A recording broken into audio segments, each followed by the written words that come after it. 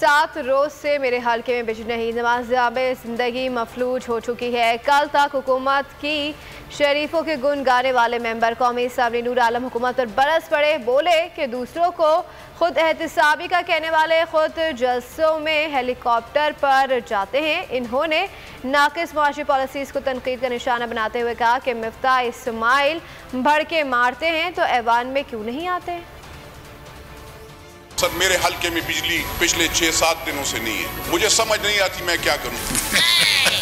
अगर अभी इन्होंने किया है मिफ्ताह इस्माइल साहब ने, जो वो भी, मैं भी उनकी बातों पे हैरान रहता तो वो भी बड़े बढ़ के मारते थे। अब वो किधर है? उनको भी आना चाहिए, यहाँ पे जवाब देना चाहिए। सर, ये आप यहाँ पे जैसे ख्वाजा आसिफ साहब, जैसे सरदार अयाज सादिक साहब, जैसे हमारे खुर्शीद शाह साहब आते हैं, ऐसे उनको भी चाहिए कि वो आए। गर्मी में अगर बिजली ना हो और बजट में फाइनेंस मिनिस्टर ना हो तो फिर उसका यहाँ पे आने का क्या हुआ है। सर,